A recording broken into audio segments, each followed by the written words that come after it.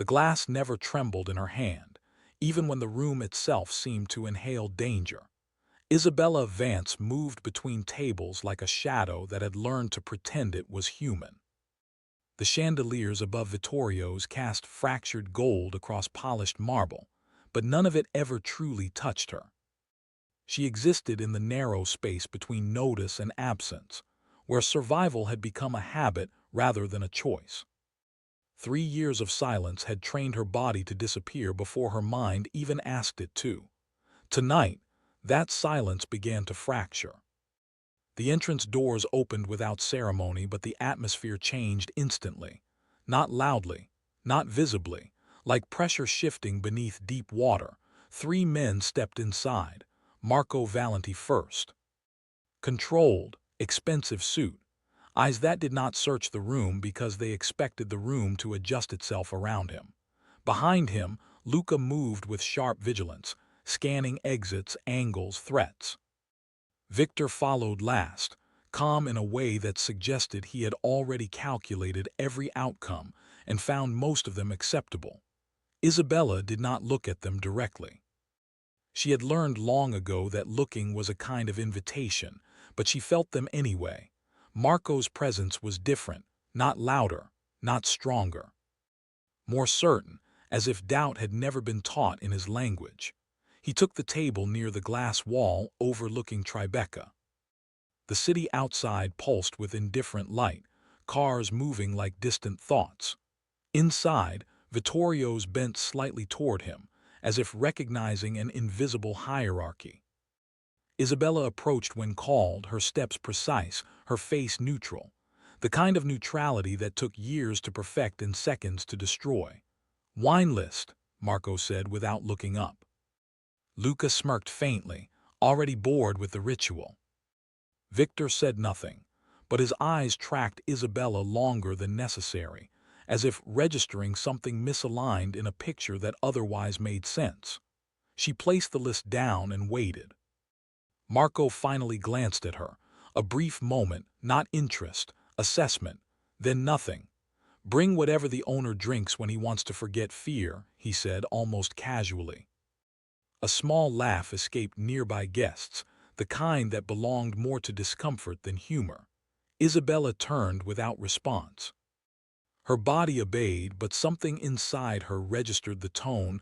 Dominance performed as entertainment. At the bar, she poured water she did not need to think about, but the silence behind her changed. Marco had begun speaking, not loudly, not for attention, for control. "The Union man thinks loyalty will save his daughter," Marco said in Sicilian, slow and precise. "But loyalty is just a word people use before they lose everything." Victor responded evenly. "Security window at Brooklyn is narrow. We take her between rotations." Luca leaned forward slightly, voice lower, sharper. "No ransom means no pattern. No pattern means no trace." Marco nodded once. "She disappears before she learns she existed in the first place." Isabella's hand stopped mid-motion behind the counter, not because she was surprised, because she understood every word. Not modern Sicilian spoken in fragments or street distortion. This was structured language, old roots, family dialect, the kind spoken in rooms where decisions outlived the people who made them. A memory flickered uninvited, a long corridor, stone walls, a voice correcting her pronunciation while outside. Something burned that was not supposed to burn. She forced the memory down. It resisted. 3 years of discipline held it in place, but not without strain. Back at the table, Marco's tone shifted slightly. "If anyone leaks this, I'll make sure they understand what silence feels like," he said. Luca chuckled. Victor did not. Then Marco added, almost absent-mindedly, "And I don't care who hears it." His gaze drifted again, not directly at her, not yet, but close enough that it brushed the edge of her invisibility. Isabella walked forward with the wine bottle. Each step felt measured, like walking across glass that had not decided whether to break. The room continued its illusion of normality. Forks touched plates, conversation softened. A couple laughed too loudly at something unimportant. Wealth always required noise to prove it was safe. She placed the bottle down. Marco finally looked at her hands, not her face. Hands told more truth than faces did. "You're careful," Victor said quietly, almost to himself. Isabella did not respond. Careful was safer than correct. Luca leaned slightly toward Marco. "Just staff." But Marco did not answer immediately. Instead, he watched her the way men watched locked doors they suspected were already open. Something about her stillness bothered him, not because it was unusual, because it was controlled. And control in his world always belonged to someone who understood consequences. "You understand Sicilian?" Marco asked suddenly. The question did not belong to the room. It shifted it. Isabella paused just long enough for the silence to notice her. Then she answered, "Some words. A lie, but a useful one." Marco's eyes narrowed slightly, as if the answer had failed to align with his instinct. Luca scoffed softly. "In a place like this, she understands tips, not dialects." Victor did not agree. He was watching Isabella's reaction instead of Marco's assumption. Marco leaned back. Then he said something quieter in Sicilian again, more careless this time, as if testing the air rather than her. Isabella heard every syllable, including the parts he assumed would be irrelevant. The timing of the kidnapping, the lack of resistance expected from the Union, the internal weakness they intended to exploit. It wasn't a plan spoken carefully. It was a plan spoken comfortably. That comfort was the most dangerous part. Isabella felt something tighten behind her ribs. Not fear, recognition. Because careless men did not speak like that unless they believed invisibility was absolute. And she had spent 3 years proving exactly that belief. Marco gestured slightly with his glass. "We move her after midnight rotation," he said. "No witnesses that matter. Only people who forget." Luca smiled faintly. "The Americans are very good at forgetting," Victor added. "They are trained for it." A soft clink of glass echoed from another table. No one reacted. Except Isabella. Not outwardly, but internally something shifted.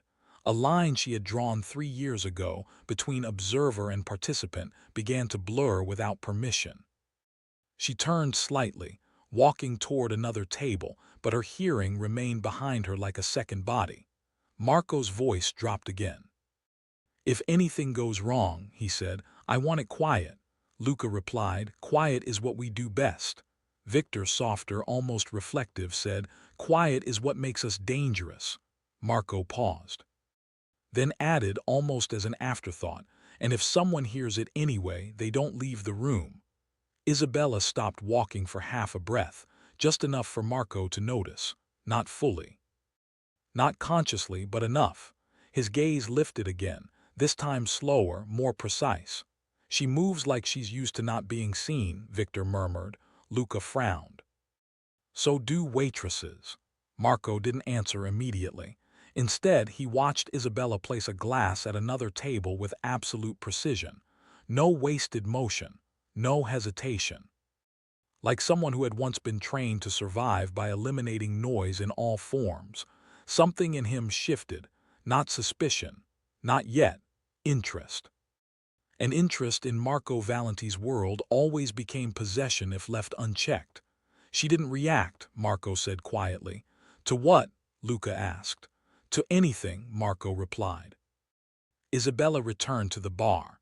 Her pulse remained controlled, but her awareness had changed. The room was no longer a room. It was a field of signals. And she had just heard a signal she was never supposed to receive. At table 7, Marco leaned slightly forward now, voice lower. "She's not American," he said. Luca frowned. "You're reading too much into silence." Victor did not dismiss it. Instead, he said, "Silence is still communication." Marco's eyes stayed fixed in Isabella's direction. "I want the bill brought by her," he said. Luca shrugged. "She's just staff." Marco's voice lowered further. "Then she won't mind." Isabella felt it before she heard it, the shift, being selected. Being noticed. It was subtle, but it was irreversible. She approached the table again. This time, something was different in the air, not louder, heavier. Marco looked at her directly now. Not casually, not briefly, but as if finally deciding to read something that had been in front of him the entire time. "Do you understand everything we said?" he asked in perfect Sicilian. The question landed like a blade placed gently on skin. Luca stopped moving. Victor's expression tightened slightly. The restaurant continued its rhythm, unaware it was now standing on the edge of something breaking. Isabella held the tray still. For a moment she considered remaining silent, remaining invisible, remaining safe. 3 years of survival pressed against her ribs like a hand holding her back. Marco tilted his head slightly, waiting, not impatient, certain. And Isabella Vance, who had survived fire, loss, and disappearance, realized that silence had already stopped protecting her. It was now exposing her. Her eyes lifted slowly, not afraid, not fully alive, something in between. And for the first time in 3 years, she answered in flawless aristocratic Sicilian, sharp enough to cut through the air between them. The room did not understand the words, but it understood the shift, because Marco Valenti went still, and silence, for the first time, did not belong to him. If you stopped here, you only know half the truth. The real story, the part that will shock you, move you, and stay with you, is still coming. Subscribe now, hit the bell, and come back. Because we're not done.